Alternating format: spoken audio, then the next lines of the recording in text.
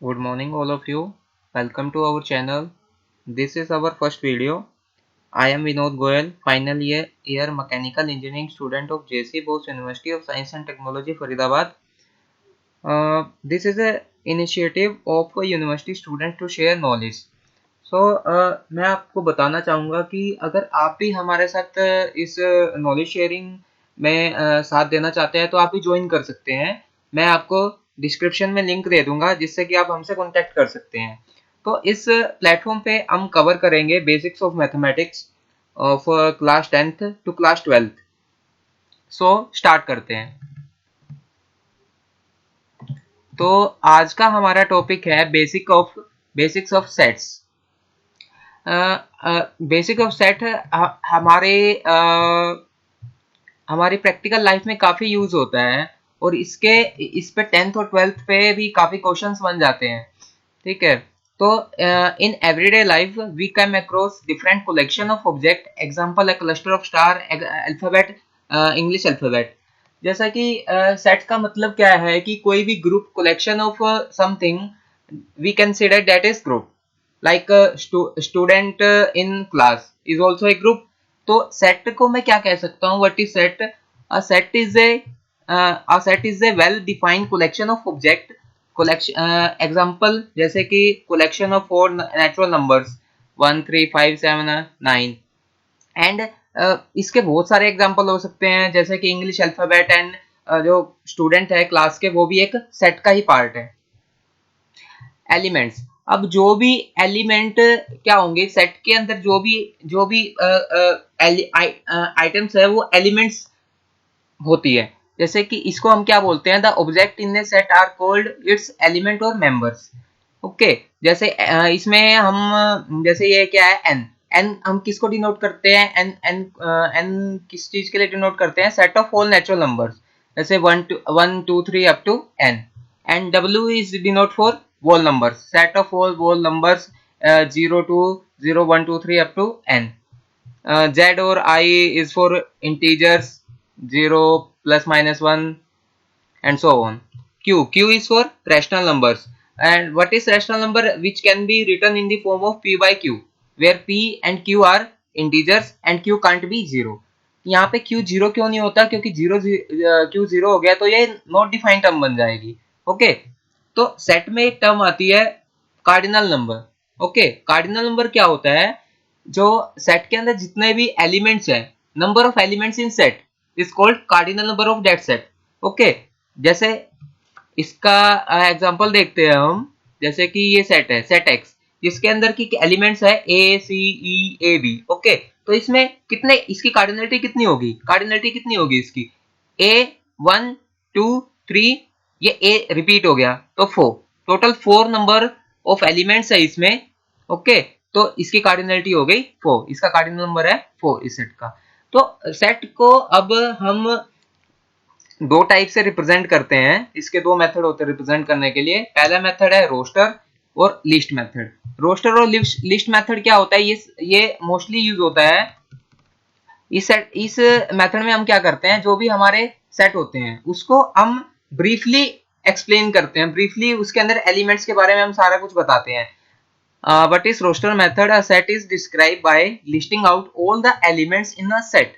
Example, let M be the set of all multiples of 3 less than 20. Okay, तो एक set है M जो जिसमें 3 के मल्टीपल्स हमें देखने हैं और जो कि 20 से लेस हो। तो स्टार्ट करते हैं, जैसे इसमें क्या होगा 3 6 9 12 15 18, 21 इंक्लूड नहीं होगा क्योंकि वो 20 से ज्यादा हो जाता है, इसीलिए इसमें नहीं आएगा।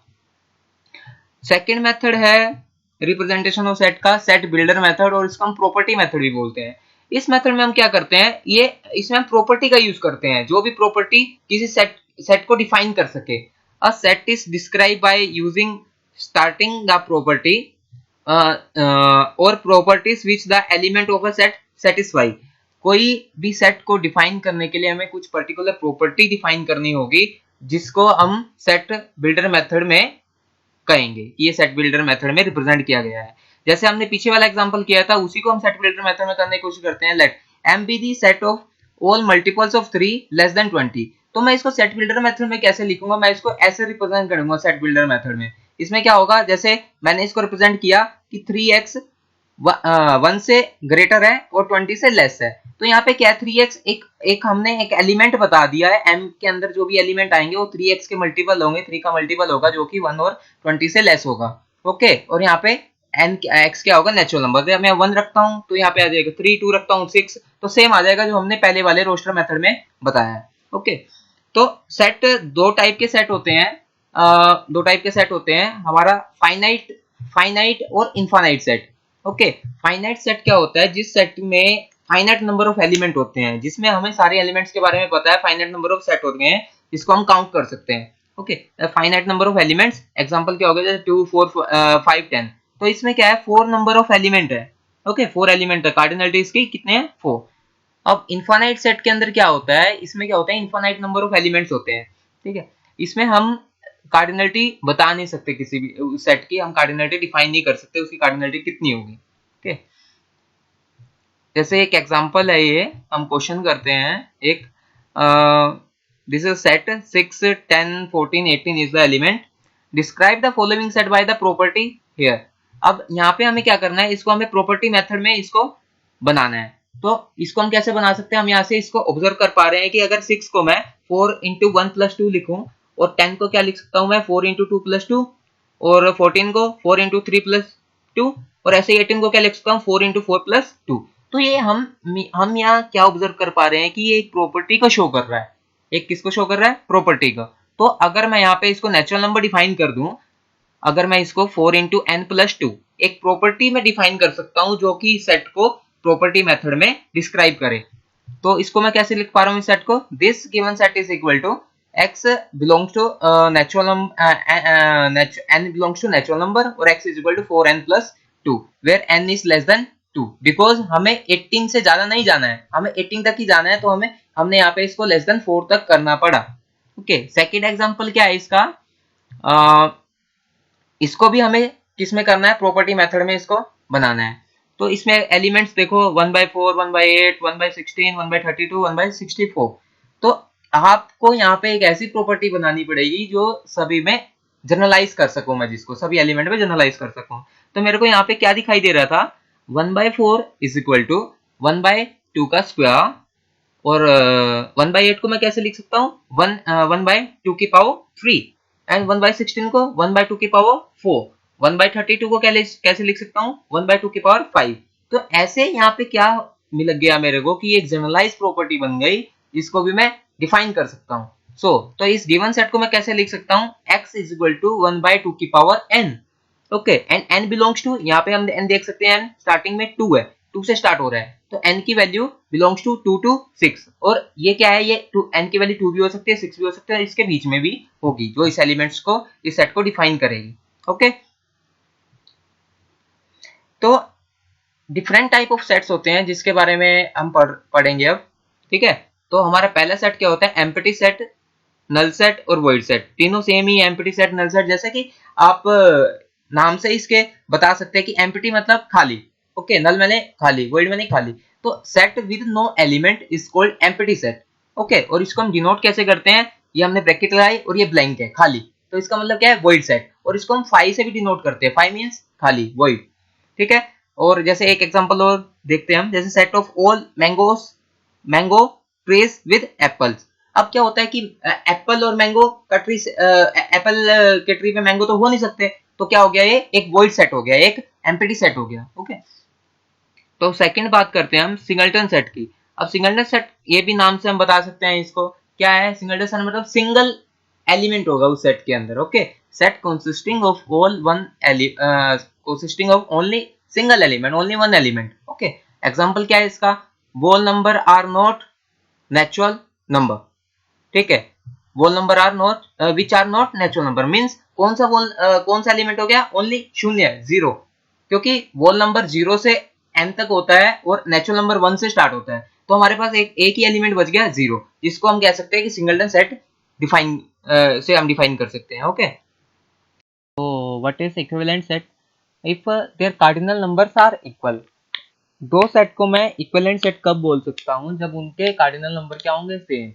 एलिमेंट सेम हो ना हो बट उनके जो नंबर ऑफ एलिमेंट्स क्या होने चाहिए वो सेम होने चाहिए। Here X is a set, इसमें क्या है 2 4 6 is elements, Y is a set here A B C are the elements. तो क्या है इसमें भी एक्स के अंदर भी क्या है तीन तीन नंबर ऑफ एलिमेंट है, इसमें भी तीन नंबर ऑफ एलिमेंट है, तो इसमें क्या हो गया इक्विवेलेंट सेट मैं इसको बोल सकता हूँ बिकॉज इनके दोनों के एलिमेंट्स क्या है इक्वल है। ओके और इक्वल सेट, अब इक्वल सेट की बात करते हैं। इक्वल सेट क्या होता है जिस सेट में जो एलिमेंट्स हैं वो सेम होंगे, जिस सेट में एलिमेंट्स क्या होंगे सेम होंगे।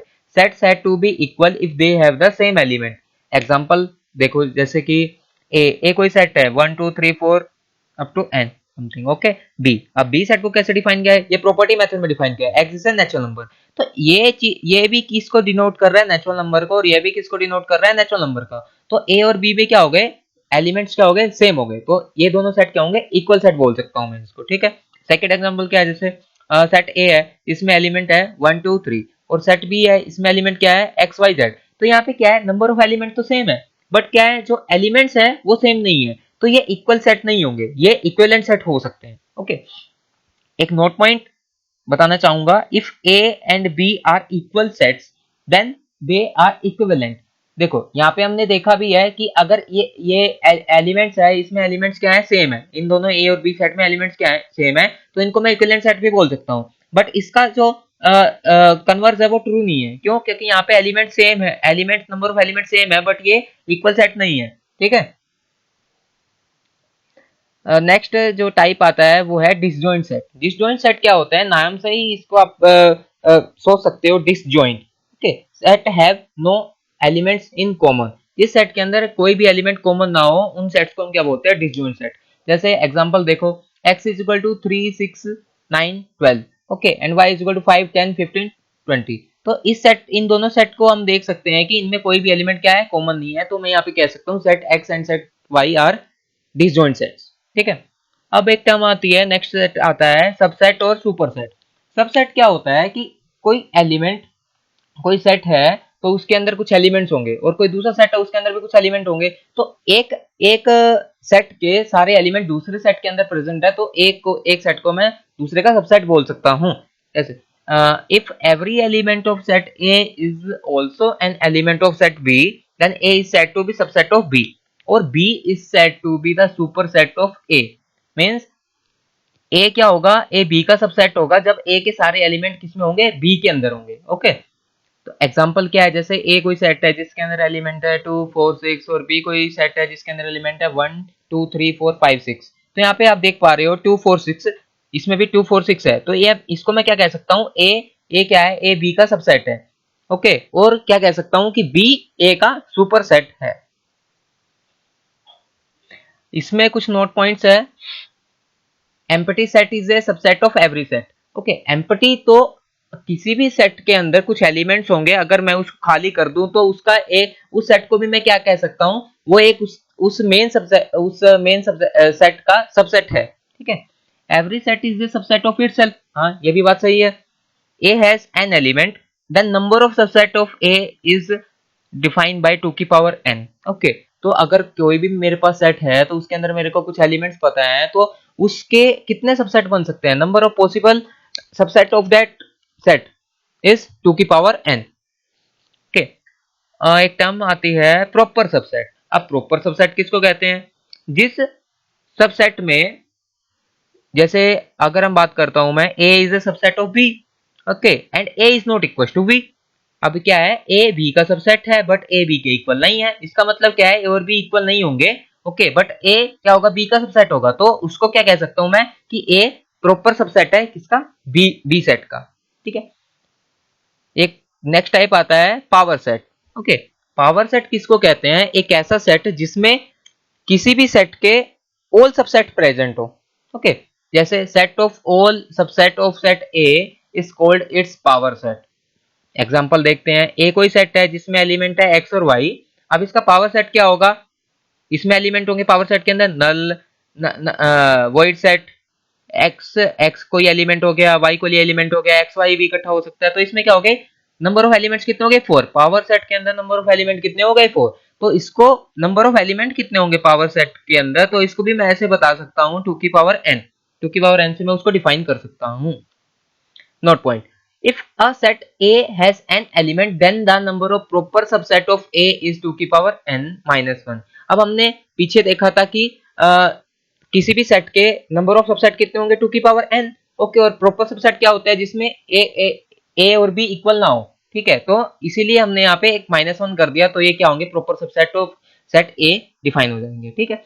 यूनिवर्सल सेट, यूनिवर्सल सेट क्या होता है, यूनिवर्सल सेट क्या होता है, जिसके अंदर सभी सेट का कलेक्शन होता है। वो सभी सेट का क्या होता है, सभी सेट के एलिमेंट्स का क्या होता है, कलेक्शन होता है।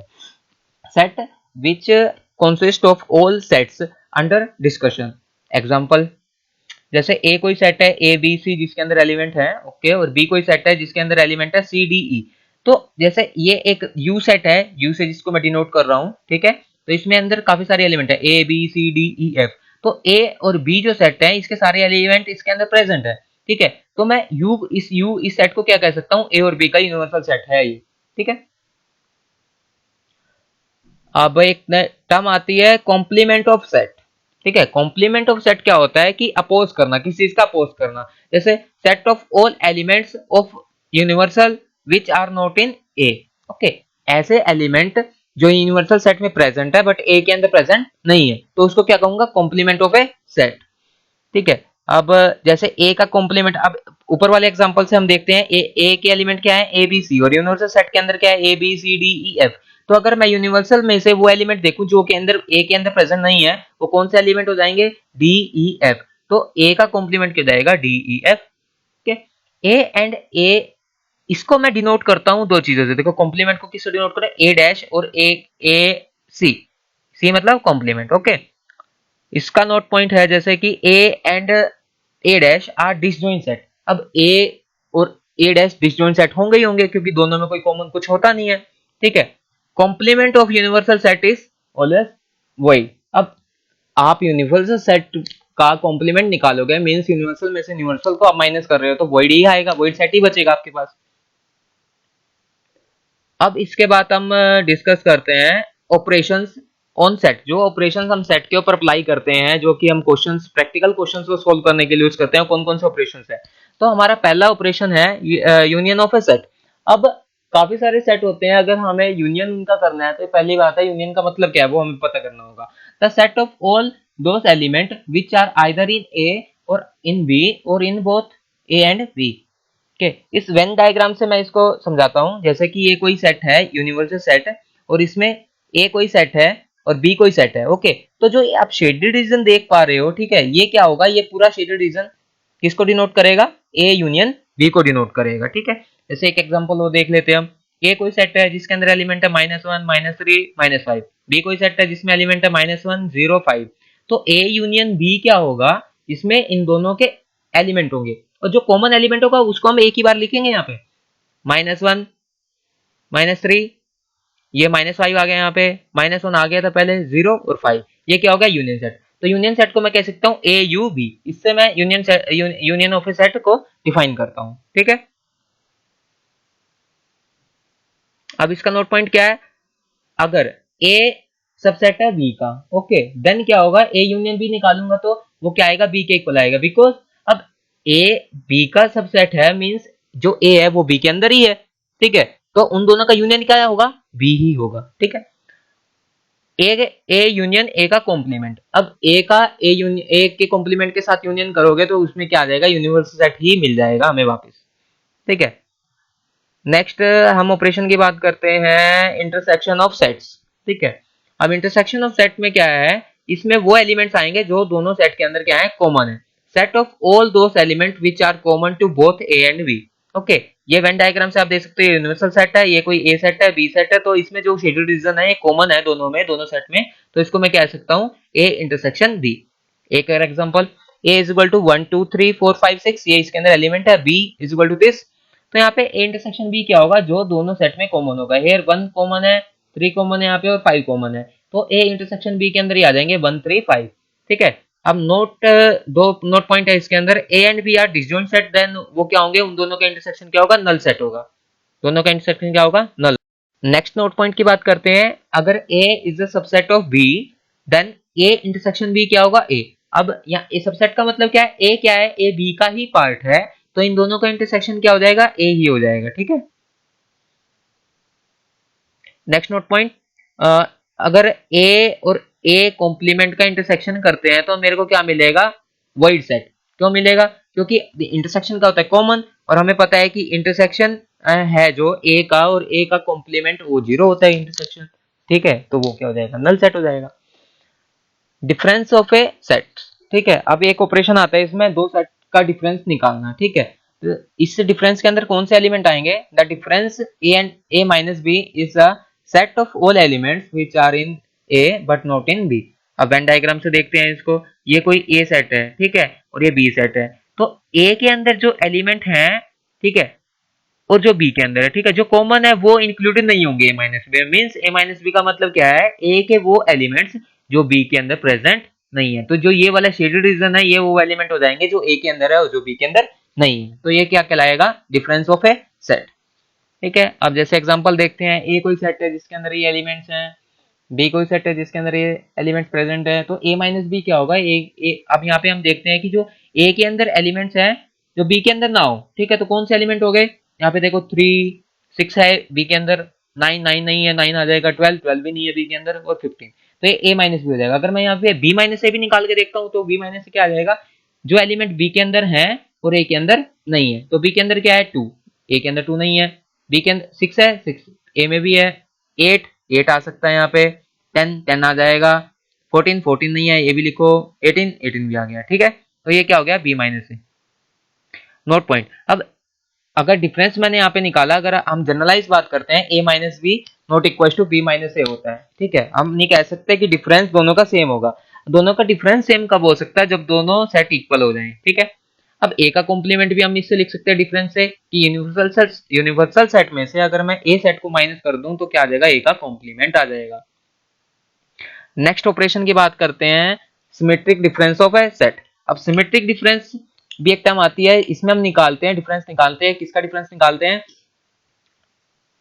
A symmetric B is equal to A union B minus A intersection B. अब वेन डायग्राम से हम देखते हैं, जो ये शेडेड रीजन है ये क्या है, इन दोनों का जो यूनियन है वो किसको डिनोट कर रहा है, symmetric difference of A set. ठीक है, अब इसको मैं दो तरीकों से लिख सकता हूँ, एक तो ए सिमेट्रिक बी को कैसे लिख सकता हूँ, ए माइनस बी मीन्स ये वाला shaded region, union B minus A ये वाला शेडेड रीजन। और सेकंड किससे लिख सकता हूँ, अगर मैं पूरे का देखूं ए यूनियन बी, जो हमने पहले ये पूरा कंप्लीट एरिया जिसके अंदर इंक्लूड होगा वही ए यूनियन बी होगा, और यहाँ बीच वाला जो मिडल वाला पोर्शन है इस ये है इंटरसेक्शन, इसको मैं माइनस कर दूं तो मेरे पास क्या आ जाएगा, सिमेट्रिक डिफरेंस आ जाएगा। ठीक है, एग्जांपल देखते हैं, जैसे ए कोई सेट है 1 2 3 4 5 6 8 7, ठीक है, और बी में बी 2 6 10, ठीक है, तो ए माइनस बी क्या होगा, जो एलिमेंट ए के अंदर है बी के अंदर नहीं है। ठीक है, तो कौन कौन से एलिमेंट आ गए, 1 3 4 8, और बी माइनस में क्या आ गए, बी माइनस है, बी के सारे एलिमेंट तो ए के अंदर है, तो मींस ये वॉइड सेट है। ठीक है, तो ए सिमेट्रिक बी क्या होगा, इन दोनों का यूनियन, इन दोनों का यूनियन, तो इन दोनों का यूनियन क्या है, तो यही आ गया हमारे पास। ठीक है, तो कुछ रिजल्ट्स हैं जो कि हम यूज करते हैं सेट के अंदर। ठीक है, अगर let there are 3 set A B C, okay, तो पहली जो प्रॉपर्टी है वो कौन सी है, कॉम्यूटेटिव लॉ। कॉम्यूटेटिव लॉ क्या कहता है, अगर ए यूनियन बी है तो बी यूनियन ए दोनों सेम होंगे। ठीक है, A union B is equal to B union, अगर मैं ए का बी के साथ यूनियन करूं या बी का ए के साथ यूनियन करूं, दोनों क्या आएंगे, सेम सेम सिमिलर, किसमें, इंटरसेक्शन में, A intersection B is equal to B intersection A. ठीक है, सिमेट्रिक डिफरेंस में भी सेम प्रॉपर्टी लगे, कॉम्यूटेटिव लॉ क्या होता है, इसमें एप्लीकेबल होता है A symmetric B is equal to B symmetric A. Second law की बात करते हैं, वो क्या है, एसोसिएटिव लॉ। ठीक है, एसोसिएटिव लॉ में क्या है, जैसे 3 सेट थे हमारे पास, ठीक है, तो हमने ए का बी के साथ यूनियन किया, फिर इन दोनों का सी के साथ यूनियन किया, तो मैं इसको क्या कर सकता हूँ, मैं लास्ट के दो वाले का पहले अगर यूनियन कर दूं और फिर ए के साथ करूं तो वो भी सेम मेरे को रिजल्ट देगा। ठीक है, तो ये दोनों सेम होंगे। सिमिलर क्या होगा, इंटरसेक्शन में A intersection B intersection C, तो ऐसे ही क्या होगा, A intersection B intersection C. ठीक है, सिमेट्रिक डिफरेंस में ये प्रॉपर्टी, ये एसोसिएटिव लॉ क्या होगा, एप्लीकेबल होगा, A symmetric B then symmetric C is equal to A symmetric B symmetric C. ठीक है, थर्ड लॉ क्या है हमारा, थर्ड लॉ डिस्ट्रीब्यूटिव लॉ। ठीक है, डिस्ट्रीब्यूटिव लॉ क्या है, जैसे अगर मैं इस एग्जांपल इसमें देखता हूं, इस प्रॉपर्टी में A union bracket B intersection C, तो यहाँ पे क्या है, बी का सी के साथ इंटरसेक्शन है, पूरे का यूनियन है, तो इसको मैं डिस्ट्रीब्यूट कर सकता हूँ, अलग अलग कर सकता हूँ। कैसे? A union B intersection A union C. तो मैं इसको ऐसे लिख सकता हूँ। सिमिलरली मैं इसको दूसरे वाले को A intersection B union C, इसको कैसे लिख सकता हूँ? A intersection B union A intersection C. ठीक है। नेक्स्ट हमारा लॉ है कौन सा? De Morgan's law. De Morgan's law क्या कह रहा है कि ये जैसे ए यूनियन बी है, ठीक है। अब मेरे को इसका कॉम्प्लीमेंट निकालना है, किसी क्वेश्चन में मेरे को इसका कॉम्प्लीमेंट निकालना है, तो मैं उसको डायरेक्टली भी निकाल सकता हूँ। कैसे? ए का कॉम्प्लीमेंट इंटरसेक्शन बी का कॉम्प्लीमेंट। ठीक है।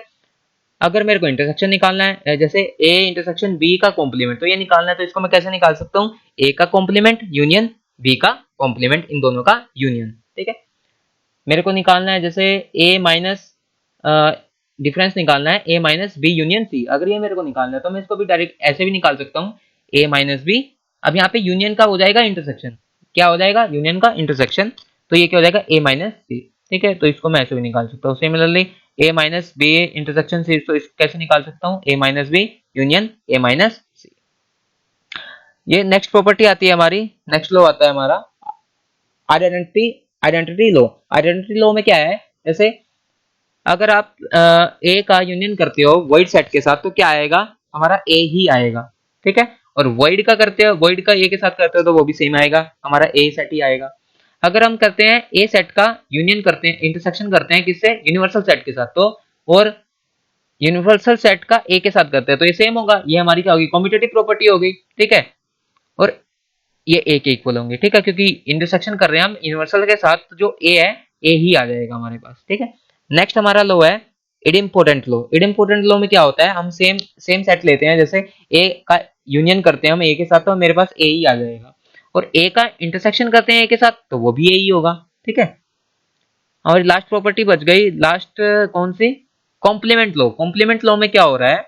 जैसे ए का कॉम्प्लीमेंट हमने किया था, ठीक है। अब इसका भी हमने कॉम्प्लीमेंट कर दिया, तो क्या हो जाएगा? कॉम्प्लीमेंट का कॉम्प्लीमेंट हमें क्या देगा? सेम सेट दे देगा। ठीक है।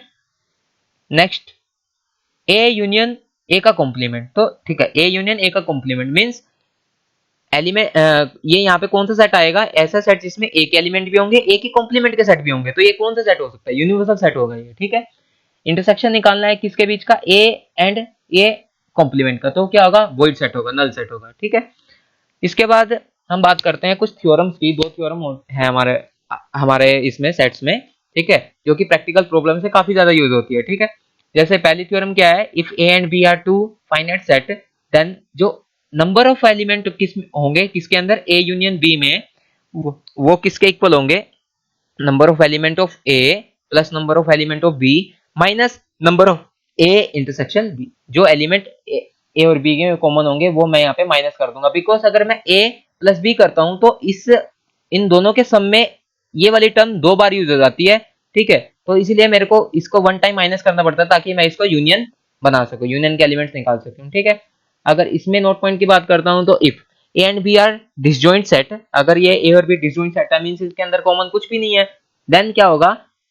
Number of element of A intersection B क्या है? Null set. ठीक है।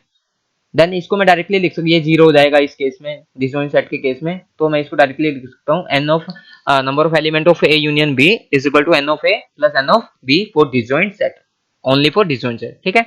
सेकंड हमारी थ्योरम क्या है? अगर यहाँ पे तीन सेट की, सिमिलरली अगर मैं थ्री सेट के लिए इसको लिखूं इस थ्योरम को, तो ए बी सी क्या है? अगर फाइनाइट थ्री सेट है, ठीक है, तो number of element of A union B union C क्या होगा?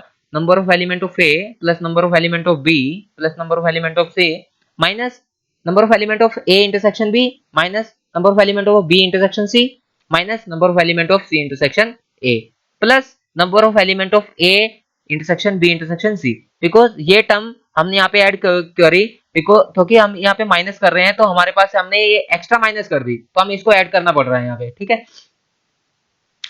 ये हमारे पास कुछ दो क्वेश्चंस हैं, तो ये भी डिस्कस कर लेते हैं इससे रिलेटेड, इस थ्योरम से रिलेटेड। पहला क्वेश्चन है, if number of element of set A is 7 and number of element of set B is 5 and number of element of A union B is 10, ये हमें दे दिया, तो हमें क्या फाइंड आउट करना है? Number of element of A intersection B find out करना है। तो ये कैसे निकाल सकता हूँ? ये फर्स्ट वाली थ्योरम का यूज करके निकाल सकता हूँ। यहाँ पे ये 10 दिया हुआ है, 7 दिया हुआ है, 5 दिया हुआ है, तो मैं डायरेक्टली यहाँ पे मैथमेटिकली कैलकुलेट कर सकता हूँ, तो n नंबर ऑफ एलिमेंट। ठीक है। नेक्स्ट मेरा जो क्वेश्चन है, ये नेक्स्ट क्वेश्चन है, ये डिस्कस करते हैं। A college awarded 38 medals in football, 15 in basketball, and 20 in cricket. Okay, if these medals want to a total of 58 men, and only 3 men got medals in all the 3 sports. Okay, इस question में क्या है कि यहाँ पे 3 sport दिए हुए हैं, फुटबॉल, बास्केटबॉल एंड क्रिकेट। ठीक है, अब ये किसी कॉलेज को इसके अंदर अवार्ड देने हैं। ठीक है, तो यहाँ पे बताया गया है, स्टार्टिंग में बताया गया है कि नंबर ऑफ एलिमेंट जो फुटबॉल खेलते हैं, जो फुटबॉल मेडल्स हैं, वो हमारे पास कितने हैं? 38। ठीक है, 38 number of element of football is 38। Number of element कितने आ जाएंगे बास्केटबॉल वाले में? कितने आ जाएंगे मींस कितने मैन बास्केटबॉल मेडल हमें कितने देने हैं? 15 देने हैं। और क्रिकेट में कितने देने हैं? 20। तो नंबर ऑफ बी कितने आ जाएंगे? 5। Number of C is equal to 20। ठीक है, अब यहाँ पे क्या है? 58 टोटल हमें क्या देने हैं? If this medal want to a total of 58 man, ये मेडल्स हैं हमें, ये 58 मैन में देने हैं। मतलब क्या है कि हमारे पास जो टोटल जो मैन है जिनको हमें डिस्ट्रीब्यूट करने हैं वो कितने हैं? 58। तो 58 इसका मतलब क्या है कि ये क्या दिया हुआ है हमें? Football union, basketball union, cricket, ये हमें दिया हुआ है, इसके एलिमेंट्स दिए हुए हैं हमें। ठीक है, कितने एलिमेंट्स है? 58। Similarly only 3 man got medals in all the 3 sports. ठीक है, तो यहाँ पे क्या है कि ओनली 3 जो मैन है वो तीनों स्पोर्ट्स में क्या कर रहे हैं? मेडल जीत पा रहे हैं। तो मतलब ये इंटरसेक्शन दिया हुआ है, ये वाला पोर्शन। ठीक है, ये वाला पोर्शन दिया हुआ है जिसके अंदर क्या आ जाएंगे? जो भी तीनों जो स्पोर्ट्स को जीत रहे हैं, तीनों स्पोर्ट्स में मेडल जीत रहे हैं। ठीक है, तो हमें फाइंड आउट क्या करना है? How many receive medal in exactly 2-3 sports. हमें वो वाले मेंस निकालने हैं, कितने कितने मेंस हैं जो कि एग्जैक्टली 2 स्पोर्ट्स के अंदर क्या कर रहे हैं? मेडल जीत रहे हैं। तो वो कौन सा रीजन हो जाएगा? ये वाला रीजन हो जाएगा, ये वाला प्लस ये वाला प्लस ये वाला। ठीक है, अब इसको मैं कैसे निकाल सकता हूं? तो अगर मैं ये तो निकाल सकता हूं मैं, फुटबॉल इंटरसेक्शन क्रिकेट, और फुटबॉल इंटरसेक्शन बास्केटबॉल, और बास्केटबॉल इंटरसेक्शन क्रिकेट, ये वाला निकाल सकता हूँ, माइनस ये वाला कर देता हूँ मैं। ठीक है, तो we have to find out, हमें क्या फाइंड आउट करना है? N of football intersection B, n of basketball intersection cricket, और n of cricket intersection football. और ये मेरे को माइनस करना पड़ रहा है कितने टाइम्स? 3 टाइम्स माइनस करना पड़ रहा है। क्यों? देखो, हमें निकालना है this portion, this and this. ठीक है, तो ये वाला पोर्शन फर्स्ट टाइम भी आया, देन सेकंड इसमें भी इंक्लूड हो गया, देन इसमें भी इंक्लूड होगा, तो मेरे को ये 3 टाइम माइनस करना पड़ रहा है, ये इंटरसेक्शन वाला पार्ट। ठीक है, तो मैं यहाँ पे सेकंड थ्योरम यूज करता हूँ, ये वाली थ्योरम यूज कर रहे हैं हम। ठीक है, ओके, तो यहाँ पे मैंने सभी टर्म्स की जो हमें वैल्यू दी हुई है वो लिख दी। अगर ये 58 दिया हुआ है, ये हमें 38 दिया हुआ है, ये हमें 15 दिया हुआ है, 20, और ये हमें नहीं दिया हुआ है इसके वाला पोर्शन। ठीक है, और ये वाला इंटरसेक्शन भी हमें दिया हुआ है, कितना था? 3। ठीक है, तो यहाँ से मैंने क्या फाइंड आउट कर लिया? हमने यहाँ पे फाइंड आउट कर लिया कि सबका जो इंटरसेक्शन है, दो स्पोर्ट का इंटरसेक्शन, उन सबका सम मैंने फाइंड आउट कर लिया। ये कितना आया? 18 सम आ गया इसका। ठीक है, अब मेरे को फाइंड आउट क्या करना था? ये वाला कि ओनली 2 स्पोर्ट्स वो खेल रहे हैं, तो मेरे को ये 3 टाइम्स ऑफ इंटरसेक्शन भी क्या करना पड़ रहा है? यहाँ पे माइनस करना पड़ रहा है। तो इंटरसेक्शन कितना था हमारा? 3, तो 3 इंटू 3 9, 18 माइनस 9 तो 9। ये हमारा final required number of men's आ जाएंगे जो कि एग्जैक्टली 2 स्पोर्ट्स में क्या कर रहे हैं? मेडल जीत रहे हैं। ठीक है, तो यहाँ पे हमारा ये सेट का बेसिक खत्म हो जाता है। ठीक है, तो अगर आपको इससे रिलेटेड कोई डाउट हो, ठीक है, कोई भी क्वायरी हो, तो आप हमें हमारे व्हाट्सएप ग्रुप पे भी मैसेज कर सकते हैं और कमेंट कर सकते हैं। ठीक है, अगर आपको कोई इससे रिलेटेड कोई क्वायरी है, कुछ भी है, तो आप पूछ सकते हैं।